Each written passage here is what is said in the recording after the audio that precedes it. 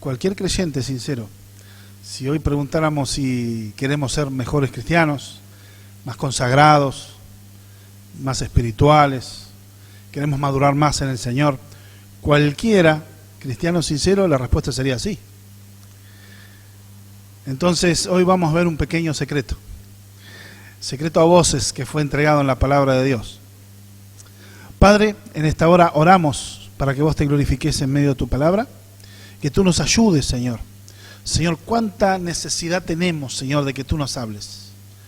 Oramos, Señor, y oro, Señor, para que a través de la exposición de tu palabra, tu Espíritu Santo, Señor, se haga, Señor, de medio manifiesto en cada corazón, Señor, en el mío primeramente, Señor, y todos los hermanos.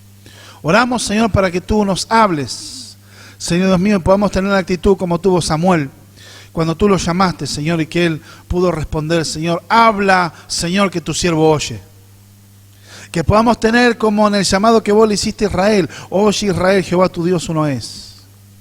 Señor, en esta hora oramos a nuestro Dios para que vos nos hables, para que vos, Señor, transformes nuestra mente, nuestro corazón, y que nos guíes, Señor, conforme tu voluntad. Te alabamos y te bendecimos en el nombre de Jesús. Amén. Veíamos el pasaje de Juan 17, 11 al 19. Dice así la palabra de Dios. Y ya no estoy en el mundo, mas estos que están en el mundo, y yo voy a ti, Padre Santo, a los que me has dado, guárdalos en tu nombre, para que sean uno, así como nosotros. Cuando estaba con ellos en el mundo, yo los guardaba en tu nombre. A los que me diste, yo los guardé. Y ninguno de ellos se perdió, sino al hijo de perdición, para que la escritura se cumpliese. Pero ahora voy a ti, y hablo esto en el mundo, para que tengan mi gozo cumplido en sí mismo. Yo les he dado tu palabra, y el mundo los aborreció, porque no son del mundo, como tampoco yo soy del mundo. No ruego que los quite del mundo, sino que los guardes del mal. No son del mundo, como tampoco yo soy del mundo. Santifícalo en tu verdad, tu palabra es verdad. Como tú me enviaste al mundo, así yo los he enviado al mundo. Y por ellos yo me santifico a mí mismo, para que también ellos sean santificados en la verdad. Estamos a la sombra de la cruz.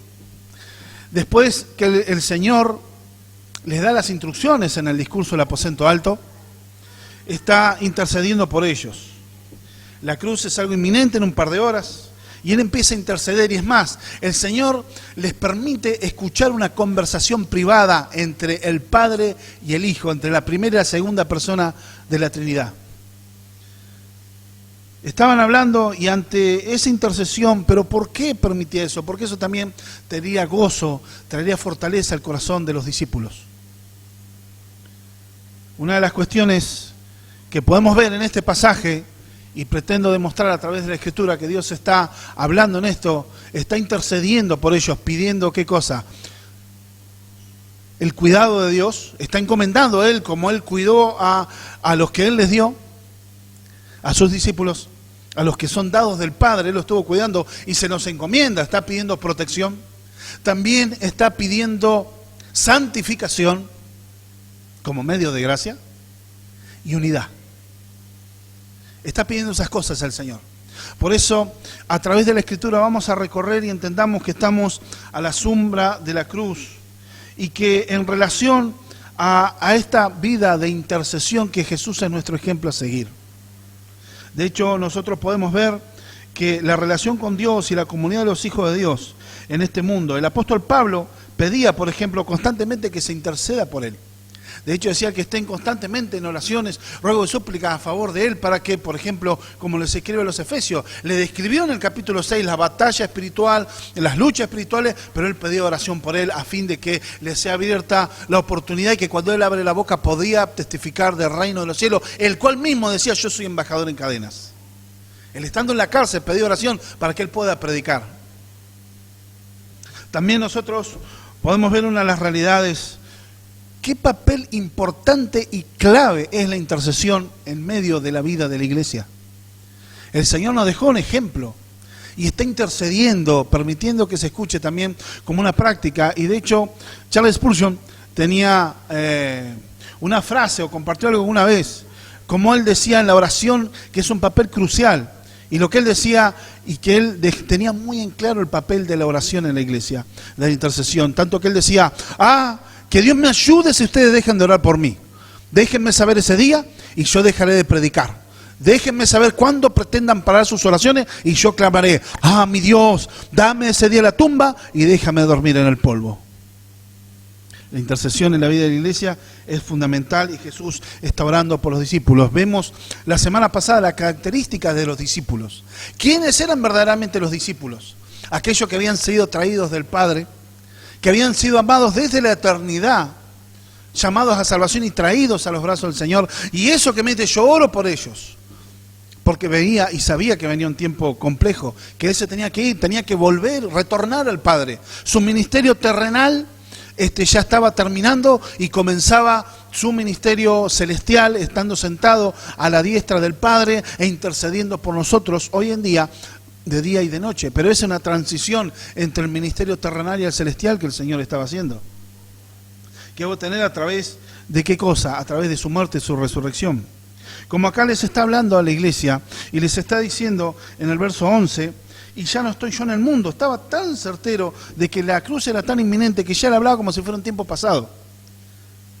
Ya no estoy yo en el mundo, ya no estoy acá. Él ya se veía del otro lado. Era tan certero que él decía que intercedía por ellos. Pero yo voy a ti, pero te pido, dice, los que me has dado, guárdalos en tu nombre, para que sean así uno como nosotros. Fíjense que la unidad en la iglesia, en esto lo que habla de la unidad, no tan solo está hablando de ser uno en la convicción del Señor. Eso después lo va a tocar vamos a verlo detalladamente la semana que viene.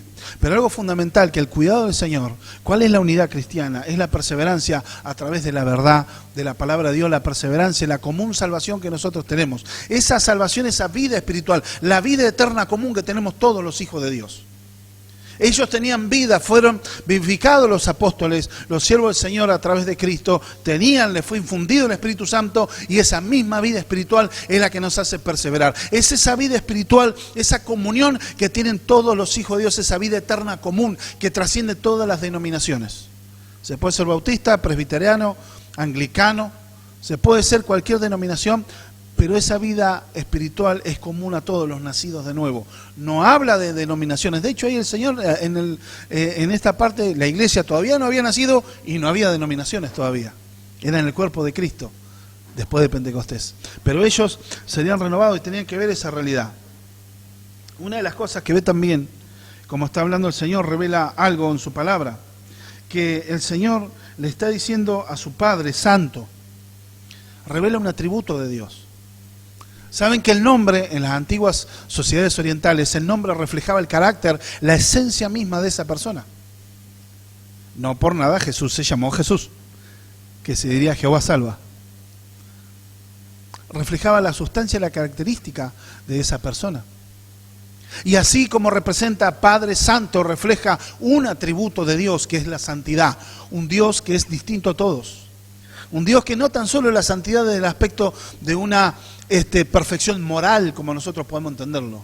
También es apartado de todo. Dios es tan Dios que no se parece a nadie. Está externo, es un agente externo a la creación, es una persona distinto a todo, no se lo puede comparar con nada. Podemos tener figuras de Dios, pero a Dios no lo podemos comparar con nada. Por eso se reveló en Cristo su naturaleza. De hecho, por eso habla de que Jesús reveló su nombre, como vimos la semana pasada. Cristo reveló su nombre, que en sus atributos, en sus acciones, en su vida, en su esencia, Jesús reveló el nombre de Dios. La naturaleza y atributos de Dios en su persona. Una de las cosas que está pidiendo la protección, pide la unidad en la común salvación, que es constante, que es real y que es invisible. No tiene nada que ver a veces con la vida eclesiástica y por ahí con las peloteras que puede haber en las iglesias entre hermanos. La vida eterna va por otro carril y es algo constante, es algo real, es algo vívido. No está basado en los vaivenes que tenemos nosotros en nuestra vida espiritual. La vida eterna está basada en la obra y el sacrificio de Cristo y en la soberana elección y obra de Dios. Nosotros podemos ver que tenemos en la intercesión del Señor y el cuidado pastoral que Dios hace en nosotros. De hecho, la iglesia lo practicaba. Hechos capítulo 12, verso 5, habla que cuando Pedro estaba custodiado en la cárcel, la iglesia hacía incesantemente oración por él. Es algo común que practicaba la iglesia. De hecho, Dios hizo un milagro y fue una chica así, creo que era Rode, y que fue a avisar que ya estaba libre Pedro. O sea, abrió la puerta, estaba Pedro que ya había sido liberado y cerró la puerta y siguió y no dijo nada. Tan conmocionada que nos dio la noticia. Los hermanos seguían orando por Pedro para que Dios ya había hecho el milagro. La contestación de Dios. Pero también es el cuidado pastoral que el Señor viene haciendo para nosotros. Fíjense que en ese momento el Señor hace en su misericordia, entregando el cuidado. Él había cuidado, había formado a los discípulos por 3 años, llegaba a su fin, pero no los dejaba desamparados. Él se tenía que ir físicamente, pero después vendría el Espíritu Santo, pero los encomendaba así como Dios encomienda a cada una de nuestras vidas en su cuidado. Verso 12 nos habla que cuando estaba con ellos en el mundo, yo los guardaba en tu nombre, y ninguno de ellos se perdió, sino el hijo de perdición, para que se cumpliese la Escritura. Un verdadero hijo de Dios tiene la salvación que es eterna. De hecho, hay un autor que habla que permitir de que Dios dejara que uno de sus hijos se pierda sería restarle gloria a Cristo. Decir que su salvación no es potente o es insuficiente. Entendamos que la obra de la redención es perfecta y está acabada. Podemos ver también, según las Escrituras, que nosotros cómo podemos ver el cuidado pastoral de Dios. Podemos ver la obra de Dios en nuestras vidas, cómo el Señor nos habla y cómo el Señor nos guía. En el capítulo 10 de Juan, no lo busque, lo voy a leer yo para hacerlo más ágil. Nunca abandona. De hecho, fíjense el corazón de pastor que tiene el Señor. 10, 27 al 30 dice: mis ovejas oyen mi voz y yo las conozco y me siguen. Y yo les doy vida eterna y no perecerán jamás, ni nadie se arrebatará de mi mano. Mi Padre que me las dio es mayor que todos y nadie puede arrebatar de la mano de mi Padre. Yo y mi Padre somos uno. Está hablando de que es nuestro pastor, es nuestro Dios. Yo y mi Padre somos uno, en esencia y consubstanciales. O sea, Jesús es Dios. Y nadie es tan fuerte como para decir, bueno, me voy de tu mano o te arrebato de mi mano. Nadie. El Señor termina cuidando nuestras vidas. ¿Cuidando de qué? De los peligros.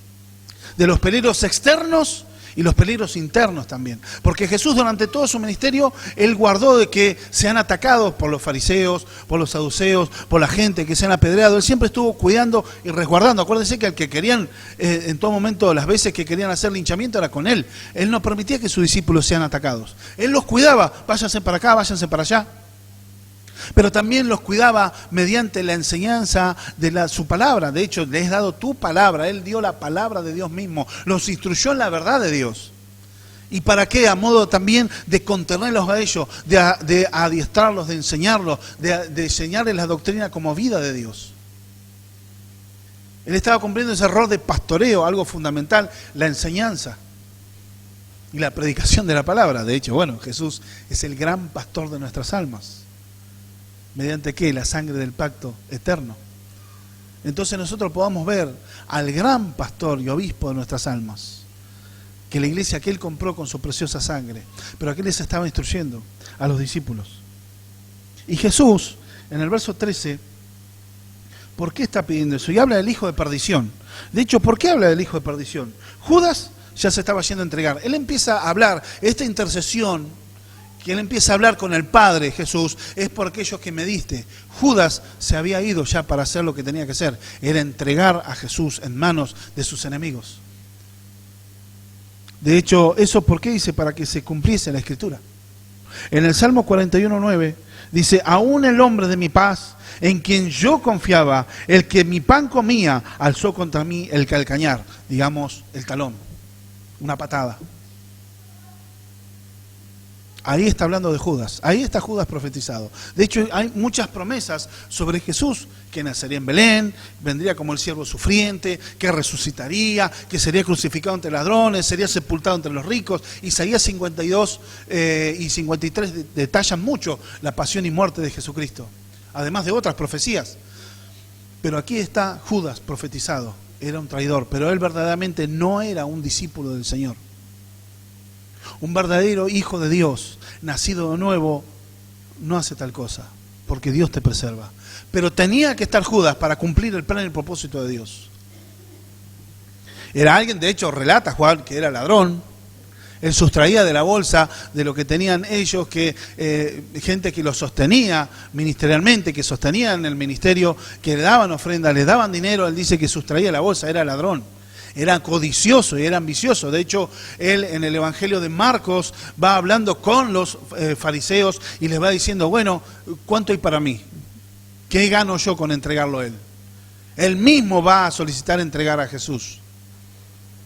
Quizá porque él se vería decepcionado. Él estaba muy vinculado al movimiento político de los celotes y al ver de que Jesús no activaba como líder político, se sintió decepcionado quizá. O quizá quiso provocar en su mente ese movimiento político que llevara a la rebelión de Israel, tomándolo como rey y no entendiendo el plan. Y él fue y se ofreció a entregarlo. Y de hecho el apóstol Juan dice que él era ladrón, porque sustraía de la bolsa. Y era el tesorero, alguien que tenía acceso directo. Una de las cosas que dice la Escritura, que él también amaba cosas de este mundo. Por eso 1 Juan 2:15 habla que no améis este mundo, porque el que ama este mundo, el amor del Padre no está en él. Y aquel que el amor del Padre no está en él, no es salvo. No estamos hablando de la gracia común, que Dios ama a toda la creación, sino que está hablando del amor del Padre en el contenido salvífico. Aún se alzó como enemigo con él, y él, ¿qué pasa? Ya se ha visto traicionar, y Jesús empieza a interceder por los 11 que estaban. Porque esto también traería consuelo y paz en el momento donde se les desbarataría toda su vida. Donde verían en el huerto del Edén el clamor del Señor. Y aparte, en el verso 13 que habla de que el hijo de perdición para que se cumpliese la Escritura. Porque Judas no era un discípulo verdadero del Señor. No era un nacido de nuevo. Pero fue el instrumento. Ahora, él fue como un autómata a pecar. No, él pecó porque quiso hacerlo. Pero Dios usó esa mala acción para cumplir sus planes. El plan eterno de Dios, que era necesario, porque la cruz está en el plan eterno de Dios. Es central. Jesús no fue de casualidad o porque se la buscó por los problemas que hay. Él vino para eso. Pero quien tenía que entregarlo no podía ser un hijo de Dios. Sería una contradicción. Judas no era. Decir que un hijo de Dios salvado y después se pierda y la sangre de Cristo que fue derramada para limpiar sus pecados, después se quemaría en el infierno, es un insulto al atributo salvífico de Dios. Pero ahora voy a ti, dice, y hablo esto en el mundo como que tengo mi gozo cumplido en sí mismo, para que ellos tengan el gozo cumplido en sí mismo. ¿Saben qué cosa? Una de las cuestiones que vamos a ver, los discípulos tenían este tema. Jesús ya conocía. La traición de Judas no tomó a Jesús por sorpresa. De hecho, cuando él los denuncia y cuando hace comer del mismo plato, Jesús ya sabía. Le dice a Pedro, a Juan, les dice, bueno, aquel que coma del plato conmigo, este va a ser el que me va a entregar. O es el traidor. Y de hecho algunos ni entendieron los discípulos, algunos. Algunos pensaban, cuando escucharon a Jesús decirle lo que vas a hacer, hacerlo rápido. ¿Qué es lo que habían entendido ellos? Ah, no, claro, seguramente tienen que comprar más cosas para la Pascua, para comer mañana. Seguramente también... Vamos a ver lo siguiente, algunos pensaron, bueno, se va a comprar eso o va a hacer otras cosas. Tranquilos, tranquilos, los niños son niños, de ellos es el reino de los cielos. Entonces, ¿qué pasa? Nosotros tenemos que ver este aspecto, ninguno lo entendió. Aún así no entendían, lo dejaron ir, porque de haber entendido que iba a entregar a Jesús, seguro Pedro había saltado ya a hacerle, por lo menos agarrarlo de la espalda, un tackle, vos de acá no te movías, ¿quién vas a entregar? Pero no entendieron, todo bajo la soberanía de Dios.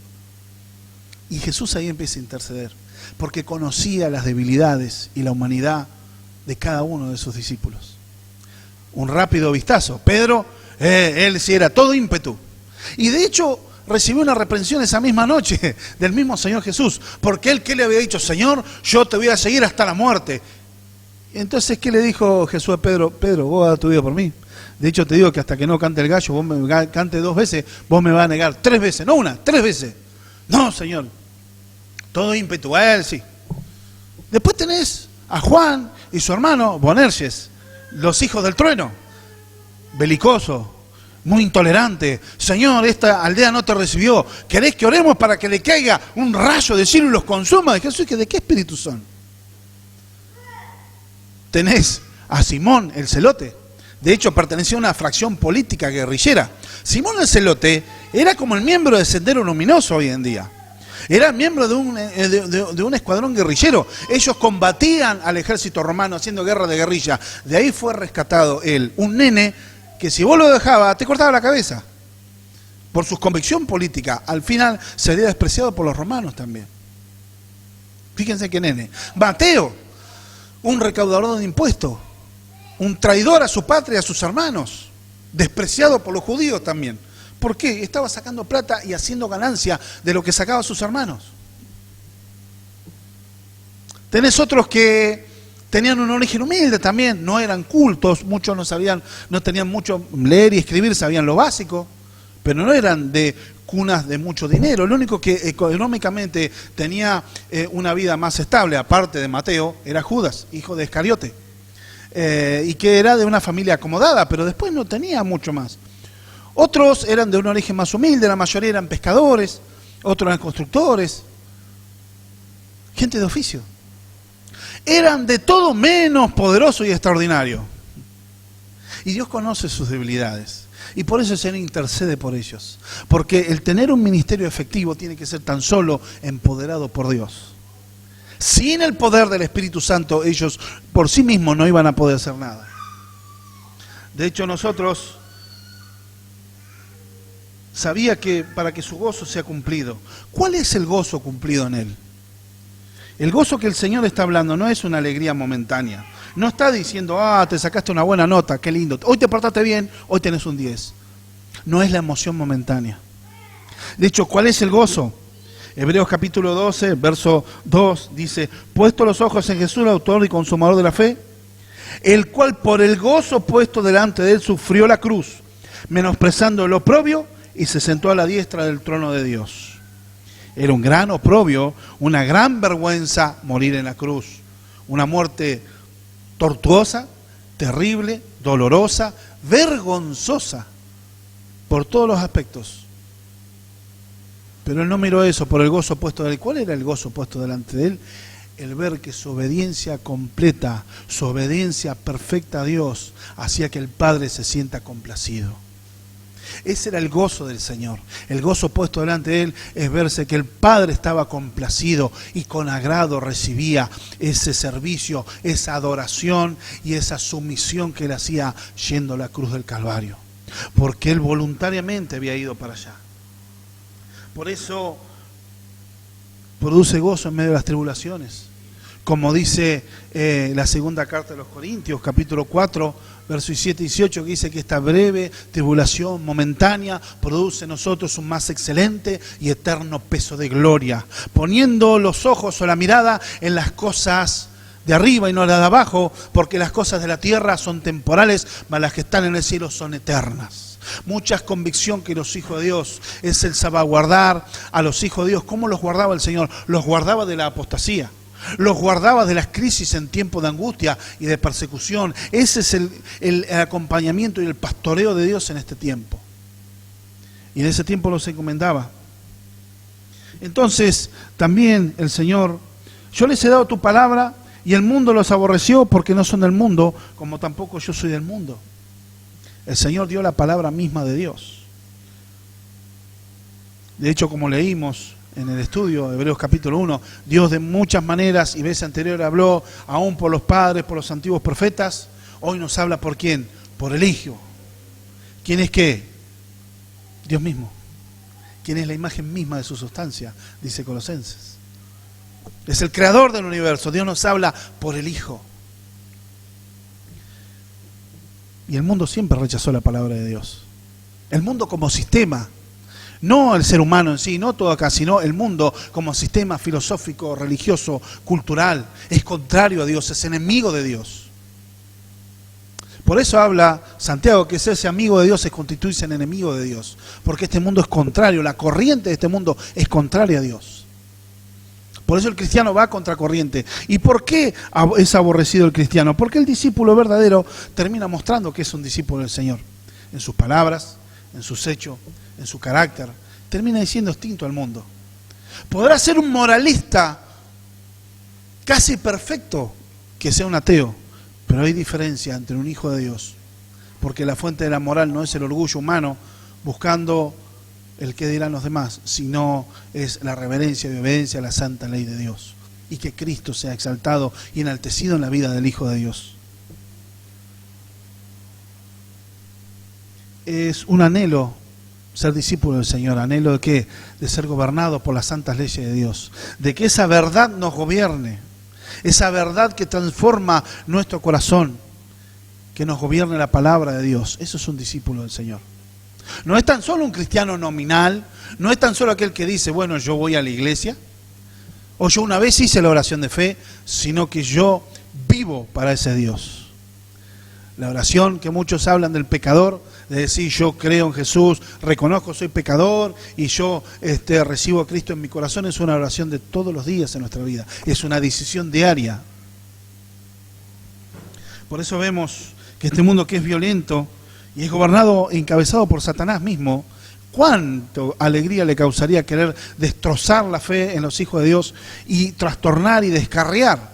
Esa quizá es su leitmotiv, es el motivo de vida de él, queriendo destruir la obra de Dios, pero no va a poder, porque dice la Escritura que ni las puertas del Hades prevalecerán contra la iglesia.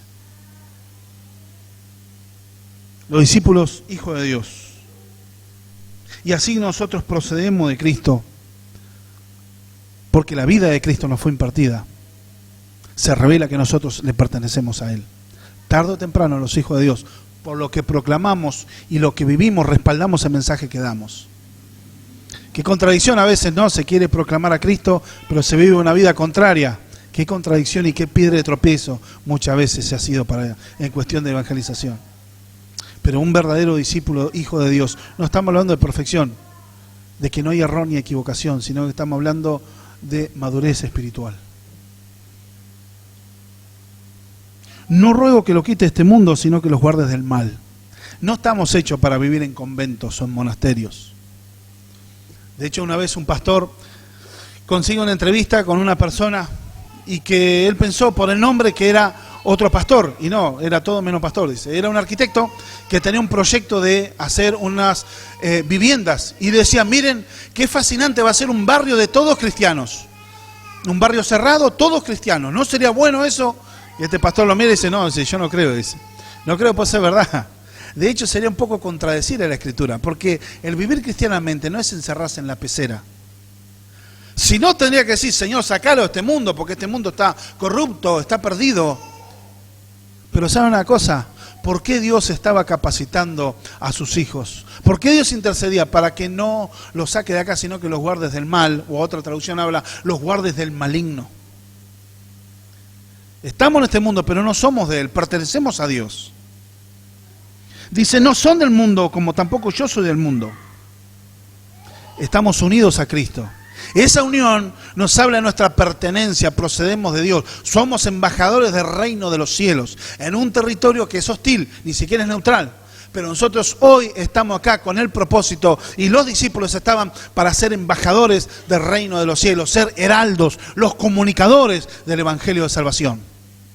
No es para estar en conventos, no es para estar en monasterios, no es para estar encerrados en una pecera, sino es para mostrar las virtudes de aquel que nos llamó de las tinieblas a su luz admirable. ¿Cómo lo vamos a hacer? ¿Encerrado? No. Saliendo, viviendo, trabajando, testificando del Señor. Es la manera que Dios puede rescatar al perdido. La manera que Dios nos salvó a nosotros es porque alguien intercedió por nosotros tiempo atrás, quizás sin conocer nuestro nombre, y porque alguien fue movido por Dios y dispuso su corazón para ir a predicarnos el Evangelio. Y Dios obró convenciéndonos de pecado y nos trajo a camino de salvación. Para eso estamos, para eso estaban los discípulos. No para quedarse encerrados en un lugar y que no los toque nadie. Es como aquel que se acuesta cuando tiene mucho frío y se tapa hasta la cabeza y que no salga nadie. Como los chicos a veces cuando empiezan los rayos y los truenos en las tormentas, se tapa hasta la cabeza y no quiere, como si fuera a hacer una diferencia. Pero bueno, esa sensación de seguridad no tiene que estar, porque la seguridad está dentro de nosotros, no afuera. Es la obra del Señor que nos fortalece en todo tiempo. Después habla, santifícalos en tu verdad, tu palabra es verdad. De hecho, el reino de Dios tenemos que vivirlo en santificación. Estamos para ser testigos de Él y seremos guardados del mal, que esto habla del sello de Dios y del traslado. De hecho, nosotros vemos en la palabra de Dios santificación. Los discípulos de Dios no es que no pecan, no practican el pecado. El cristiano nacido de nuevo aborrece el pecado, lo odia, lo detesta. Aunque tengas luchas con el carácter, con vicios, o que tengas distintas luchas, vos lo aborrecéis, por ahí recae en eso, pero vuelve a tomar fuerza hasta que Dios hace la obra. Y de hecho hay reminiscencia de pecado en nuestra vida que van a terminar cuando estemos con el Señor en estado de glorificación. La primera carta de Juan, capítulo 5, verso 18, dice: sabemos que todo aquel que ha nacido de Dios no practica el pecado, pues aquel que fue engendrado por Dios le guarda y el maligno no le toca. Dios es el que guarda y preserva a su iglesia. Pertenecemos a Dios y no a este mundo. Nos habla que santifícalos en tu verdad. Tu palabra es verdad. El Señor está estableciendo como la palabra de Dios como la verdad absoluta, que está contenida en el Antiguo Testamento, que constantemente Jesús citaba. Sobre Judas habla que esto para que se cumpliese la Escritura. Salmo 41:9. Su vida, de hecho, la testificaba después que resucitó el Evangelio de Lucas, cuando agarró a los que estaban yendo a Emaús. Y entonces le dije, pero tan duros son de corazón ustedes que no entienden que todo esto tenía que pasar para que se cumpliese lo que está escrito. Se presentaba a los discípulos y le recitaba, le decía todo lo que estaba escrito en la ley, en los salmos y en los profetas, conforme a lo que tenía que padecer el Cristo, testificando de que Él es el Cristo resucitado. Y a Él le fue abierto el entendimiento. Así la palabra de Dios, que es verdad, está contenida en el Antiguo Testamento, que tanto Jesús, Pablo, los apóstoles recitaban, así como también el complemento de las palabras mismas de Jesús. No solamente es palabra de Dios las palabras de Jesús en el Evangelio, lo que en algunas Biblias se pone con letras en rojo, sino que toda la palabra de Dios. Pablo le dice a Timoteo que toda la Escritura es buena, es útil para instruir, para enseñar, para redarguir, para corregir en sabiduría, en justicia, toda. ¿De qué está hablando Pablo? El Antiguo Testamento. Pero también se completó la revelación, porque estos discípulos tenían una misión especial que se trasladaría a todos nosotros hasta el día de hoy. Fíjense, de estas personas, 12 o 11 hombres comunes, de hecho hay un libro, John MacArthur escribió 12 hombres comunes y corrientes, no con grandes fastuosidades y que no eran efectivos porque tenían grandes talentos, eran buenos predicadores, sino que eran personas transformadas por Dios y la gloria de Dios los llevaba adelante. De hecho, santifícalo en tu verdad, tu palabra es verdad. La palabra de Dios es un medio de gracia, de santificación para nosotros. Un cristiano que rechaza la palabra de Dios está rechazando a Dios mismo también. No, el estudio bíblico no va tanto, qué pesado. Eso es vida para nosotros. Debe quebrar el alma, el corazón, para que fluya la vida de Cristo, para apartar nuestra mente de los pensamientos muchas veces que son vanidad, que son nada, perdiendo el tiempo en este mundo. La palabra de Dios es verdad, absoluta. De hecho, fíjense que el Señor les dice, como tú me enviaste al mundo, así yo los he enviado al mundo, con un mensaje. Marcos capítulo 1, verso 15, el tiempo se ha cumplido, decía el Señor, el reino de Dios se os ha acercado, arrepentíos y creen en el Evangelio. Ese es el mensaje que tenía el Señor, y ese es el mismo mensaje que tenían que llevar los apóstoles. Así como el Padre envió al Hijo, así el mismo Hijo envía a los apóstoles para propagar el mensaje de salvación, ser comunicadores, no reyes conquistadores como se pretende enseñar hoy en día. Este no es el tiempo de la conquista, que usted tiene que salir a conquistar y tomar los territorios y proclamar que esta tierra es de Jehová, porque usted proclama y decreta que esto va a ocurrir. El libro de los Salmos habla de Jehová, la tierra y su plenitud y todo lo que en ellos habitan. ¿Para qué tengo que proclamar lo que Dios ya dijo de sí mismo en su palabra?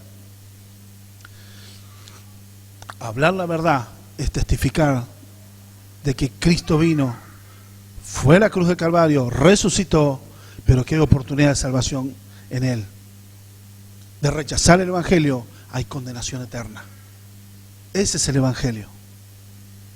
También hay frutos, también hay promesa de bendición de Dios. Puede haber restauración, sanidad, prosperidad, milagros diversos. Dios puede hacerlo. Pero el Evangelio es la obra de la cruz. Y ese mensaje vivido por el Señor fue transmitido por los apóstoles. Y por eso yo me santifico a mí mismo, para que ellos también sean santificados en la verdad. De hecho, nosotros podemos ver que hay poder de Dios en la palabra y que Él los santificaba en la verdad porque les iba hablando la palabra de Dios. De hecho, la verdad en la palabra, dice Salmo 119, verso 160, la suma de tu palabra es verdad y eterno es todo juicio de tu justicia. Cuando el Señor llama ese mensaje, la salvación de Dios, Jesús envía a sus discípulos hablando de la salud de Dios como heraldo.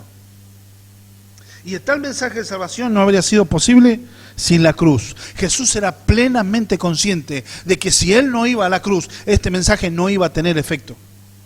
No iba a servir de nada. Él debía ir a la cruz y después iba a resucitar, certificando el agrado del Padre, y su resurrección marcaría nuestra esperanza de vida eterna. Y si por ello yo me santifico a mí mismo. Ahora, ¿pero cómo? ¿Jesús no era santo? ¿Cómo que Jesús se tiene que santificar? No está hablando de la santificación en el sentido nuestro de que debemos morir al pecado, a la vieja vida y crecer una vida que agrade a Dios. Sino lo que la palabra de Dios está hablando de Cristo es su consagración a la humilde obediencia voluntaria de ir a morir en la cruz del Calvario para traer salvación a los que Dios le ha entregado a Él. No es que Él tenía problemas con la naturaleza pecadora. Él no tenía naturaleza caída como nosotros. No tenía grandes luchas con nuestras debilidades y nuestros pecados, sino que Él nos mostró obediencia humilde y voluntaria a la voluntad del Padre. De hecho, cuando Pedro le corta la oreja a Malco, ¿qué le dice? Hey, pará, Pedro. Volvé a poner esa espada en la vaina. ¿Que no he de beber yo la copa que el Padre me da? Solo yo puedo tomarlo. La copa de la amarga ira de Dios contra el pecado. La copa de la ira de su furor. Pero Él fue obedientemente para cumplir eso. Era la extensión del reino de los cielos. El Calvario será el punto de inflexión.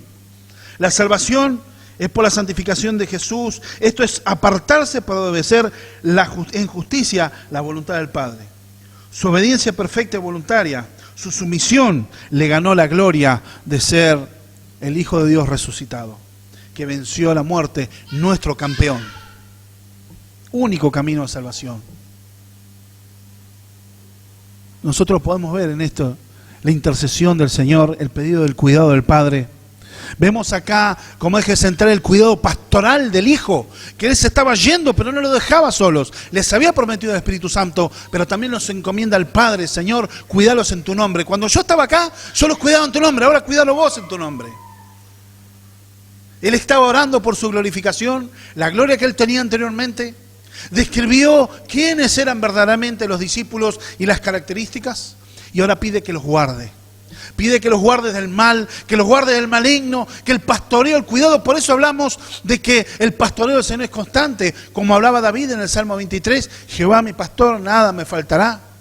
Y habla que sobre corrientes de agua me hará reposar, en delicados pastos me pastoreará. Es el cuidado eterno del Dios sobre sus hijos. La oración del Señor, la intercesión del Señor pidiendo la unidad, así, porque esa unidad de la iglesia, en la unidad en la salvación común, también refleja algo, la unidad de la Trinidad. Es algo fundamental, la unidad de la iglesia, pero entendamos que los salvos son unidos en esa verdad que nos trasciende a cada uno de nosotros, la vida eterna común que tenemos en Él. Y como señal y propósito de Dios es la santificación. Padre, yo les hablé tu palabra es verdad. Padre, santifícalos en tu verdad. La palabra de Dios es la que santifica, aparta nuestra mente. Santificado quiere decir apartado para ser de uso útil para Dios. No tan solo es perfección moral, sino estar apartado de este mundo, no quiere decir encerrarse y estar en un lugar donde digo, yo soy santo, no me contamino con el mundo. Aleluya. No. Estamos hablando que en medio de este mundo, la pureza que viene desde nuestro interior se refleja y testificamos del amor de Dios. Herramientas útiles. Jesús oró por nosotros. Porque ¿qué tiene que ver esto? Hablaba de los discípulos, del cuidado. ¿Y qué aplica a nosotros? De hecho, hay un autor que habla de que la oración de Dios sobrepasa toda la literatura en establecer la identidad del ser, el poder y el amor en la personalidad doble de Dios hombre. Nos transporta al propiciatorio, a los cielos de los cielos, al mismo corazón de Dios. Y encontramos allí una nueva presentación del amor más misterioso e incomprensible por la raza humana, plasmado en la persona consagrada en las palabras del unigénito Hijo de Dios. Oró Jesús y pidió por sus discípulos, que eran y que hoy somos nosotros. ¿Por qué? Porque somos regalos del Padre, redimidos por Cristo. Aunque en tu vida te hayan dicho lo peor, que te hubieras muerto en vez que hubieras nacido, que te hubieran dicho que eras un inútil, que eras un pobre infeliz, que eras un inservible, que eras delincuente, que eras un tarado, que eras un enfermo, que no tenía entendimiento, que eras un idiota. Aunque te hayan dicho eso, sos nacido de nuevo, vos sos un regalo del Padre al Hijo, sos un regalo de Dios. ¿Por qué? Por la soberana gracia de Dios, por el mero afecto de su voluntad. Dice la Escritura, capítulo 1 de Efesios, que nosotros fuimos aceptos en el amado por el mero afecto de su voluntad, porque Él te amó desde la eternidad pasada. Aunque el mundo te haya despreciado, te haya insultado, te haya banalizado, se haya aprovechado tu debilidad, aunque vos hayas vivido una vida desagradando a Dios, sos nacido de nuevo, sos un regalo de Dios al Hijo. Otra aplicación, una vida espiritual eficaz. Solo es posible a través del poder del Espíritu Santo. Una vida en sintonía con Dios, en consagración, santificación, ¿cómo? Orando, buscando la Escritura, congregarse regularmente. Una vida abundante lleva una intensa búsqueda, una abundante búsqueda de Dios. De hecho, vemos la intercesión, los unos por los otros, algo que la iglesia debe practicar, porque el Señor nos dejó como ejemplo.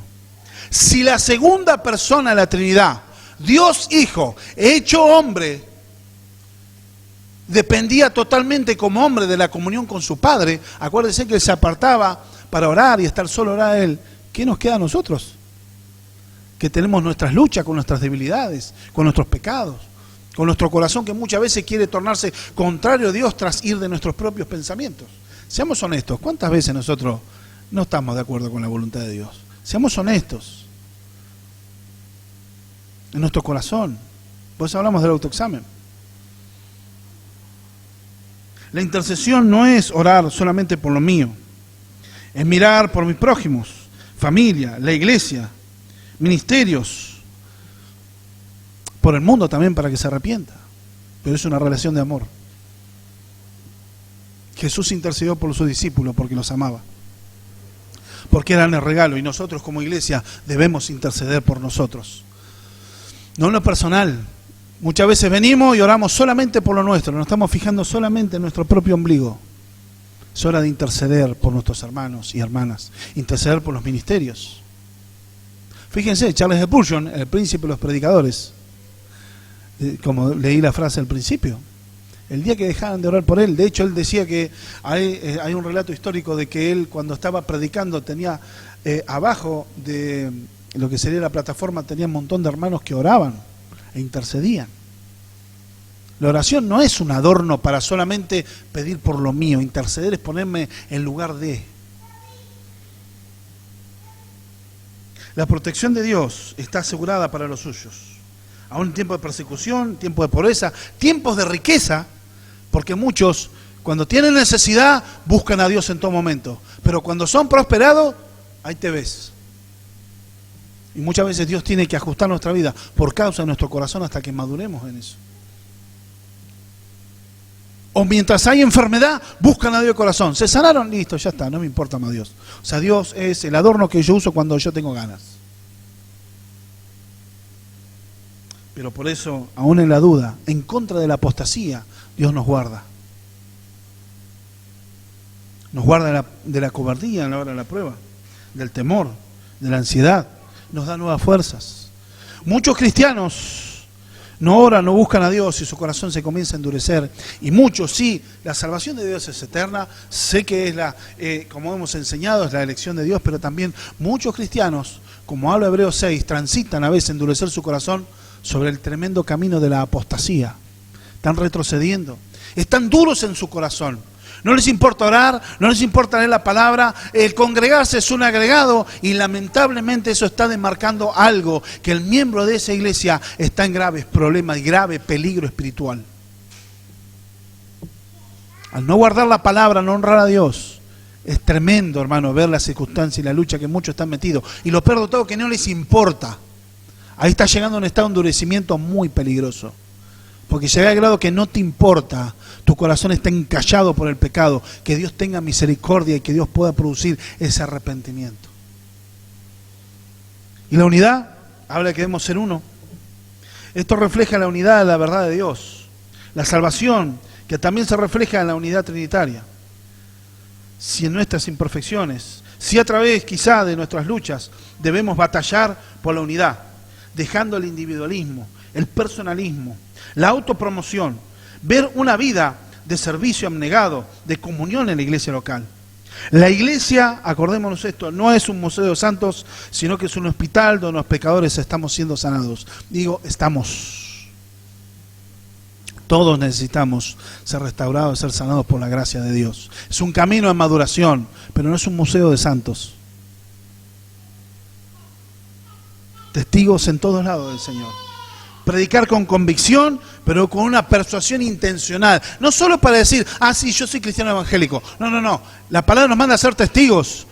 Ellos, los apóstoles, fueron testigos oculares, pero nos dejaron ejemplo del mensaje de salvación y predicar con convicción, porque ese es el propósito. Nosotros somos descendientes de esa primera gran comisión, ir y testificar, ir y hacer discípulos.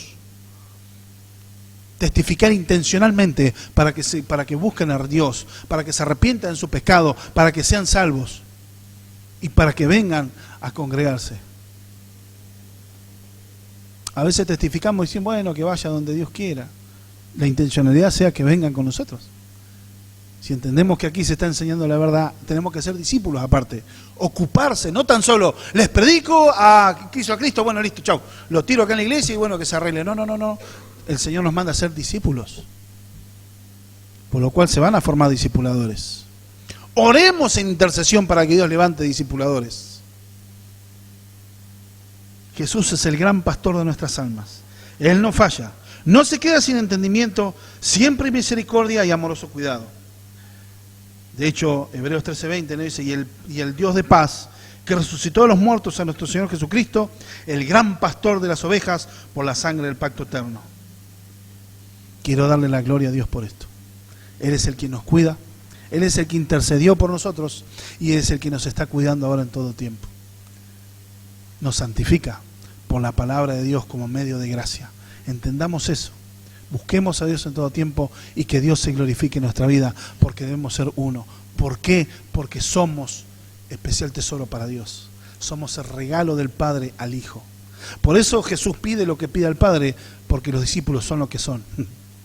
Un regalo del Padre. Amén. Padre, en esta hora te damos gracias en el nombre de Jesús por tu misericordia y por tu bondad. Oramos para que vos te glorifiques, Señor, y este es un tiempo que hemos visto tu palabra, de tu cuidado. Señor, que vos ya te ibas, pero no nos dejaste huérfanos, sino que nos dejaste tu Espíritu Santo. Señor, gracias por el cuidado pastoral que tenés con nosotros y porque vos nos cuidás y porque levantás a tu iglesia, Señor, como luz y sal en esta tierra, Señor. Gracias porque así como vos fuiste enviado por el Padre con el mensaje de salvación, así vos enviaste a tus discípulos y así nosotros seguimos continuando, Señor, ese linaje, Señor Dios mío, espiritual. de esa nación santa, de ese pueblo adquirido por ti, de ese real sacerdocio, Señor, para poder ser realmente, Señor, instrumentos útiles. Pero sabemos que no podemos ser eficaces, no podemos crecer y madurar espiritualmente, no podemos crecer en la piedad, no podemos crecer en santidad si no es por tu palabra, si no es por buscarte. Señor, te damos gracias en el poderoso nombre de Jesús por tu misericordia y por tu bondad. Señor, ponemos nuestras vidas en tus manos para que tú nos auxilies y nos ayudes para entender estas verdades, y que no es en nuestra fuerza, sino es en el poder de tu Espíritu, Señor. Que podamos ser vías libres en nuestro corazón para poder, Señor, llevar tu verdad. Te alabamos y te bendecimos en el nombre de Jesús. Te damos gracias por tu cuidado, por tu capacitación, por tu santificación en nuestra vida, y porque tú, Señor, nos llevas a ser uno, así como vos y el Padre son uno. Te honramos y te bendecimos porque vos levantás a la iglesia local, Señor Dios mío, como luminares en este mundo. Señor, te honramos porque no es por nuestra capacidad, sino es por tu poder, Señor. En esta hora, en el nombre de Jesús, glorifícate en medio de tu pueblo, en medio de tus hijos y de tus hijas. Te alabamos, Señor, y te bendecimos. Gracias te damos en el nombre de Jesús. Amén y amén. Una vida de devoción. Amén.